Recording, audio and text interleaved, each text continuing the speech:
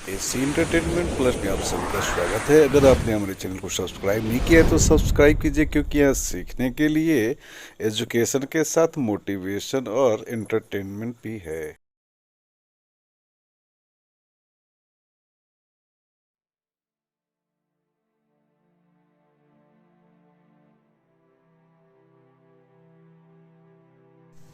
सारे जहां से अच्छा हिंदुस्तान हमारा, सारे जहां से अच्छा हिंदुस्तान हमारा, हम बुलबुलें हैं इसकी ये गुलसिता हमारा। हमें जान से प्यारा, हमें जान से प्यारा यह गणतंत्र हमारा। याद रखेंगे शहीदों को, याद रखेंगे शहीदों को और बलिदान तुम्हारा। हैप्पी रिपब्लिक डे आप सभी को 73वें गणतंत्र दिवस की हार्दिक शुभकामनाएं। दोस्तों, हमारा आज का रेलवे सीरीज का यह वीडियो थोड़ा लंबा हो गया है, लेकिन आप जब इसे देखेंगे तो महसूस करेंगे कि यह रेलवे से संबंधित काफी महत्वपूर्ण जानकारियां इसमें हमने इस वीडियो में समाहित की है। तो आपसे प्रार्थना है कि इसे बिना स्किप किए हुए अंत तक देखें। नमस्कार, आप सभी का स्वागत है हमारे भारतीय रेल सीरीज से। और हमने इसके पहले की वीडियो में बताया था कि भारत में दो तरह की सेवाएं मुख्य रूप से भारतीय रेल देती है। एक सवारी या यात्री वाहन और दूसरा मालगाड़ी या भाड़ा खंड। तो सबसे पहले हम इस वीडियो में जानेंगे कि सवारी जो रेलगाड़ियां हैं यानी कि पैसेंजर जो रेल हैं उसके बारे में जानेंगे। इसको भी मुख्य रूप से चार भागों में बांटा गया है। एक सामान्य रूप से जो यात्रियों को ढोने का कार्य करती है, वैसी रेलगाड़ियों को हमने सामान्य रेलगाड़ियों के श्रेणी में रखा है। दूसरा जो विश्व विरासत रेलगाड़ियां हैं, जिसे विश्व के धरोहर के रूप में रखा गया है, उसे विश्व विरासत की कैटेगरी में रखा गया है। और पर्यटन रेलवे में यानी वैसी रेलगाड़ियां जो पर्यटन को बढ़ावा देने के लिए और पर्यटन के उद्देश्य से चलाई जाती है, उसे पर्यटन रेलगाड़ियों की श्रेणी में रखा है। और जो अन्य प्रकार के बहुविधिक कार्य करती है, वैसी रेलगाड़ियों को इतर रेलगाड़ियों की श्रेणी में रखा है। तो सबसे पहले सामान्य रेलगाड़ियों में हम जानेंगे कि कौन कौन सी रेलगाड़ियां भारत में चलती है। तो सबसे पहले बात करें तो एक नंबर में आता है गतिमान एक्सप्रेस। गतिमान एक्सप्रेस दिल्ली से आगरा के बीच 160 किलोमीटर प्रति घंटे की रफ्तार से चलने वाली एक ट्रेन है। ये रेल हजरत निजामुद्दीन से आगरा की 188 किलोमीटर की दूरी मात्र 100 मिनट में तय कर लेती है। दूसरे नंबर पे आता है दोस्तों राजधानी एक्सप्रेस का। यह भारत के मुख्य शहरों को सीधे सीधे राजधानी से जोड़ती हुई एक वातानुकूलित ट्रेन है, इसीलिए इसे राजधानी एक्सप्रेस का नाम दिया गया है। ये भारत की सबसे तेज रेलगाड़ियों में शामिल है, जो लगभग 130 से 140 किलोमीटर प्रति घंटे की रफ्तार से चल सकती है। और इसकी शुरुआत दोस्तों वर्ष 1969 में हुई थी। इस कड़ी में तीसरे नंबर पे आता है शताब्दी एक्सप्रेस की। और शताब्दी एक्सप्रेस की बात करें तो ये ट्रेन वातानुकूलित इंटरसिटी ट्रेन है, जो केवल दिन के समय चलती है। ये ट्रेन भोपाल शताब्दी एक्सप्रेस भारत की सबसे तेज ट्रेनों में से एक है, जो दिल्ली से भोपाल के बीच चलती है। बात करें इसकी रफ्तार की तो यह अपने अधिकतम 150 किलोमीटर प्रति घंटे की रफ्तार तक पहुंच सकती है। और बात करें कि इसकी शुरुआत वर्ष 1988 में हुई थी। इस कड़ी में अगला नंबर आता है, जो चौथे नंबर पर आता है दुरंतो एक्सप्रेस। इस ट्रेन की शुरुआत वर्ष 2009 में हुई थी और यह रेल सेवा एक नॉन स्टॉप रेल सेवा है, जो भारत के मेट्रो शहरों और राज्यों की राजधानी को आपस में जोड़ने का कार्य करती है। इस रेल की रफ्तार लगभग राजधानी एक्सप्रेस के बराबर है। इस कड़ी में अगला नंबर आता है तेजस एक्सप्रेस का। यह भी एक शताब्दी एक्सप्रेस की तरह पूर्ण वातानुकूलित ट्रेन है, लेकिन शताब्दी एक्सप्रेस से यह हटकर इसमें स्लीपर कोच भी है, जो लंबी दूरी के लिए काम में आता है। इस कड़ी में जो छठे नंबर पर आता है वह है उदय एक्सप्रेस, जो 2 मंजिला पूर्ण वातानुकूलित उच्च प्राथमिकता सीमित स्टॉप रात्रि यात्रा के लिए अच्छी है। कड़ी में अगले नंबर यानी कि 7वें नंबर पे आता है जन शताब्दी एक्सप्रेस का। जन शताब्दी एक्सप्रेस एक सस्ती किस्म की जिसकी गति 130 किलोमीटर प्रति घंटा है और इसमें कोचों की श्रेणी में एसी नॉन एसी दोनों तरह की कोचें हैं। इस कड़ी में अगला नंबर यानी कि 8वें नंबर पे आता है गरीब रथ एक्सप्रेस का। और गरीब रथ एक्सप्रेस की बात करें तो यह वातानुकूलित जिसकी अधिकतम स्पीड 130 किलोमीटर प्रति घंटे के रफ्तार से चलती है। और बात करें इसके कोचों की तो साधारण कोच से लेकर के इसमें 3 टियर इकोनॉमिक वर्थ तक इस ट्रेन में उपलब्ध है। दोस्तों इस कड़ी में जो अगला नंबर आता है वह हमसफर एक्सप्रेस का और यह अपने 9वें नंबर पे आता है। और बात करें इस ट्रेन के बारे में तो यह एक पूर्ण वातानुकूलित ट्रेन है जिसमें 3 टियर एसी कोच रेलगाड़ी है। यात्री सवारी गाड़ियों के अगले नंबर में हमने रखा है संपर्क क्रांति एक्सप्रेस का। यह एक रेलगाड़ी है जो दिल्ली से जोड़ती है और इसे सुपर एक्सप्रेस रेलगाड़ी की कैटेगरी में रखा गया है। इस कड़ी में जो 11वें नंबर पे गाड़ी आती है दोस्तों वह है युवा एक्सप्रेस। युवा एक्सप्रेस नाम के मुताबिक इस गाड़ी में 60% सीट केवल 18 से 45 साल के यात्रियों के लिए रिजर्व रखा जाता है, इसीलिए तो इस गाड़ी का नाम युवा एक्सप्रेस रखा है। इस कड़ी में अगला नाम आता है कवि गुरु एक्सप्रेस जिसे रविंद्रनाथ टैगोर के सम्मान में शुरू की गई है। बात करें हमने 13वें नंबर पे रखा है विवेक एक्सप्रेस का। विवेक एक्सप्रेस स्वामी विवेकानंद की 150वीं वर्षगांठ पर वर्ष 2013 में शुरू की गई थी। अब बात करें इस क्रम में अगला नंबर यानी कि 14वें नंबर पर हम रखेंगे राजा रानी एक्सप्रेस का। राजा रानी एक्सप्रेस राज्यों की राजधानियों को महत्वपूर्ण शहरों से जोड़ने का कार्य करती है। अब बात करें 15वें नंबर पे हमने रखा है महामाना एक्सप्रेस को। यह एक ऐसी रेलगाड़ी है जो सभी प्रकार के अत्याधुनिक सुविधाओं से लैस यह रेलगाड़ी है। दोस्तों इस कड़ी में जो 16वें नंबर पे आता है इंटरसिटी एक्सप्रेस का। और बात करें इंटरसिटी एक्सप्रेस की तो महत्वपूर्ण शहरों को आपस में जोड़ने के लिए छोटे छोटे रूट की यह गाड़ी यहाँ है। दोस्तों इस कड़ी में 17वें नंबर पर आता है एसी एक्सप्रेस के। बात करें इस ट्रेन के बारे में तो यह पूर्ण वातानुकूलित रेलगाड़ी भारत के मुख्य शहरों को आपस में जोड़ने का कार्य करती है। ये भी भारत की सबसे तेज रेलगाड़ियों में शामिल है जिसकी रफ्तार लगभग 130 किलोमीटर प्रति घंटे की है। दोस्तों इस कड़ी में अगला जो ट्रेन है यानी कि 18वें नंबर पे वह डबल डेकर एक्सप्रेस है यानी 2 मंजिला एक्सप्रेस का। तो बात करें तो ये भी शताब्दी एक्सप्रेस की तरह पूर्णतः वातानुकूलित 2 मंजिला एक्सप्रेस ट्रेन है। ये ट्रेन केवल दिन के समय सफर करती है और भारत की सबसे तेज रेलों में ये भी अपने को शुमार किए हुए है।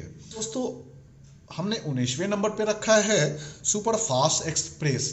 इस कैटेगरी में वो सभी ट्रेनें आती हैं जिनकी रफ्तार 100 किलोमीटर प्रति घंटे की होती है, अर्थात ये सारे ट्रेन 100 के रफ्तार से चलती है। दोस्तों अब बात करें जो जिसको 20वें नंबर पे हमने रखा है वो है अंत्योदय एक्सप्रेस और जन साधारण एक्सप्रेस। यह एक सर्व सामान्य लोगों के लिए है और इसमें सारे डिब्बे अनारक्षित है, यानी यह ट्रेन पूर्णतः अनारक्षित बोगियों से लगा हुआ है। इसमें किसी भी प्रकार का कोई भी रिजर्व कोच नहीं है। तो दोस्तों 21वें नंबर पे हमने रखा है पैसेंजर ट्रेनों को। पैसेंजर ट्रेन में वे सारी ट्रेनें आती हैं जिनकी रफ्तार 40 से 80 किलोमीटर प्रति घंटे की होती है और ये ट्रेनें सभी स्टेशनों पर रुकने का कार्य करती है जो सस्ती रेलगाड़ियों में भी शुमार होती है, यानी इनकी यात्रा सर्वसाधारण लोगों के लिए और अपने छोटे छोटे गंतव्य स्थानों पर जाने के लिए उपयुक्त होती है। इस कड़ी में जो हमने 22वें नंबर पे रखा है वह है सब अर्बन रेल। तो सब अर्बन रेलों में जैसे कि शहरी इलाके मुंबई, दिल्ली, कोलकाता, चेन्नई, हैदराबाद, अहमदाबाद, पुणे आदि में चलने वाली रेलगाड़ियां जो हर स्टेशन पर रुकती है और जिसमें अनारक्षित सीट होती है, यह सब अर्बन रेल कहलाती है। तो दोस्तों, ये हो गया सामान्य रेलगाड़ियां जो यात्रियों को उनके गंतव्य स्थान तक पहुंचाने का कार्य करती है। अब बात करेंगे विश्व विरासत रेलगाड़ियां। कुछ ऐसी रेलगाड़ियां हैं जिसे विश्व के धरोहर के रूप में रखा गया है। जैसे कि नंबर 1 पे हमने रखा है दार्जिलिंग हिमालयन रेलवे, जो पतली गेज की रेल व्यवस्था है, उसे यूनेस्को द्वारा विश्व विरासत के रूप में घोषित किया गया है। यह रेल अभी भी भाप से चालित इंजन द्वारा खींची जाती है। आजकल यह न्यू जलपाईगुड़ी से सिलीगुड़ी तक चलती है। इस रास्ते में सबसे ऊंचाई पर स्थित स्टेशन घूम है। दोस्तों, इस कड़ी में अगला नंबर आता है नीलगिरी पर्वतीय रेल, जो पतली ही गेज की रेल व्यवस्था है। इसे भी विश्व विरासत के रूप में घोषित किया गया है। इस कड़ी में आखिरी नंबर यानी तीसरे नंबर पे आता है कालका शिमला रेलवे, जो पतली गेज की रेल व्यवस्था है। इसे भी विश्व विरासत के रूप में घोषित किया गया है। और तीसरे नंबर पे हम बात करेंगे पर्यटन रेलगाड़ियों के बारे में।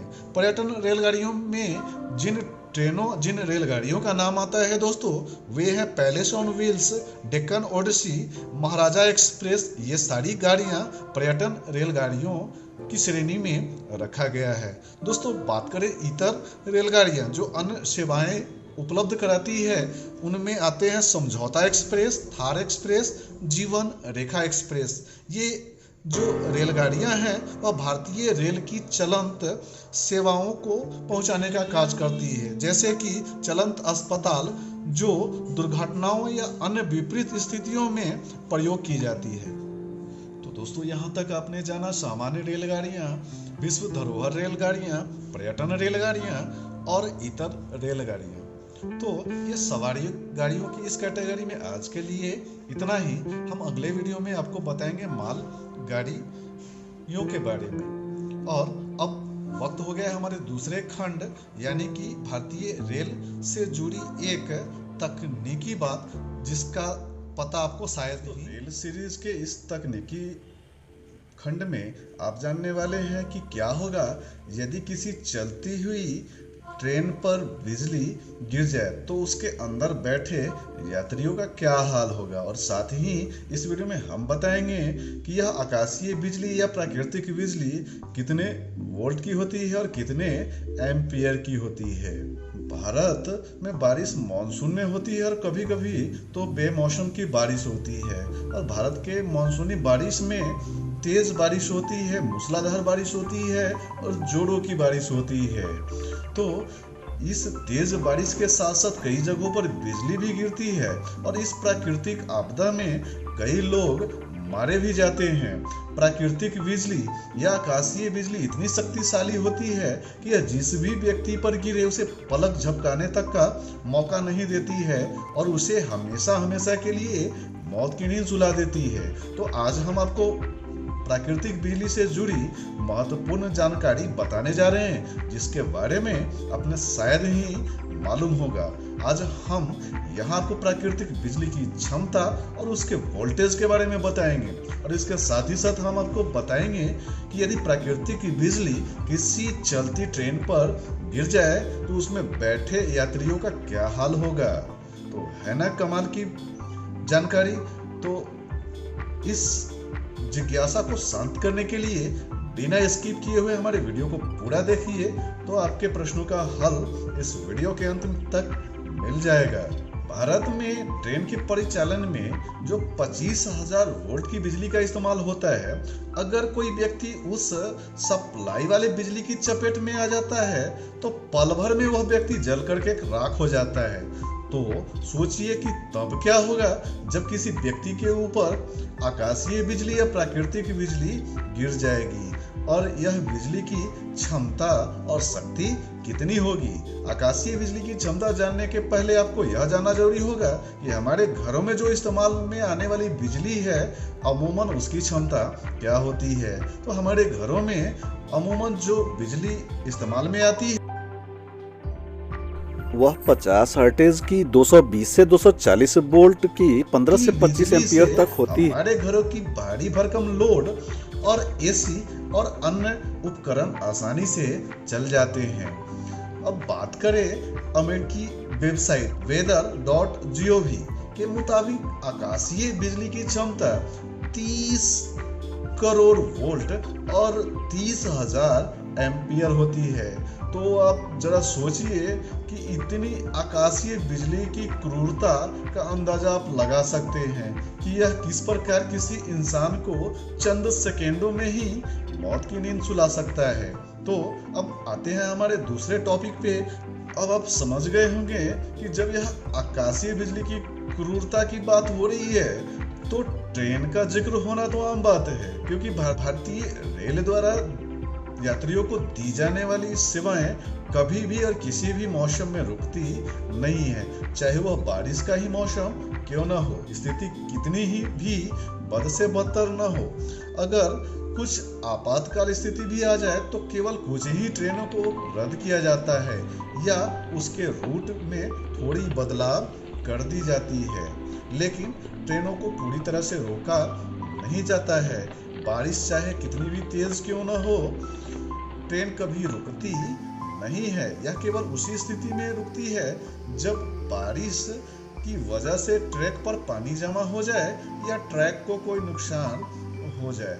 तो वैसी ही स्थिति में ट्रेनों को रोका जा सकता है और वह भी थोड़े ही टाइम के लिए। तो बिजली ट्रेनों के ऊपर गिरती भी होगी, उसमें बैठे यात्रियों को करंट नहीं लगता, लेकिन क्यों, इसके पीछे की वजह क्या है, तो आइए जानते हैं। तो ट्रेनों की बाहरी बॉडी हमेशा लोहे या स्टील की होती है, जबकि इसकी आंतरिक बॉडी किसी धातु से नहीं बनाया जाता।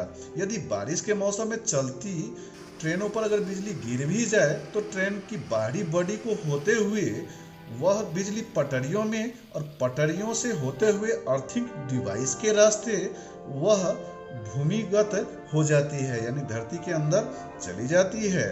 भारतीय रेल ट्रैक पर थोड़ी थोड़ी दूर पर अर्थिंग डिवाइस इंस्टॉल करती है जो इस तरह की आपदा से बचाने में अहम भूमिका निभाती है। यह ध्यान देने की बात है कि बिजली अपने प्रवाह के लिए हमेशा सुगम और सबसे छोटा और आसान रास्ता चुनती है। ऐसे में लोहा या स्टील बिजली के प्रवाह के लिए एक प्रभावशाली और सुगम रास्ता होता है। इसीलिए अगर चलती हुई ट्रेन पर अगर बिजली गिर भी जाए तो अपना सुगम और सबसे छोटा रास्ता चुनते हुए धातु के डब्बों से पटरियों पर और अर्थिंग डिवाइस के होते हुए ग्राउंड को हो जाती है। यही वजह है कि ट्रेन से यात्रा करते समय उस ट्रेन में बैठे यात्रियों को आकाशीय बिजली का कोई प्रभाव नहीं पड़ता है। तो रेलवे सीरीज में आज के लिए इतना ही, और फिर नए वीडियो में हम लेकर के आएंगे रेल से जुड़ी खबर और तकनीकी जानकारी। तो यह वीडियो आपको अच्छा लगा तो चैनल को लाइक कीजिए, सब्सक्राइब कीजिए और पास ही प्रेस कीजिए बेल आइकन को, और अपने दोस्तों और मित्रों के साथ साझा कीजिए। टेक केयर, बाय बाय, जय हिंद, जय भारत, वंदे मातरम दोस्तों।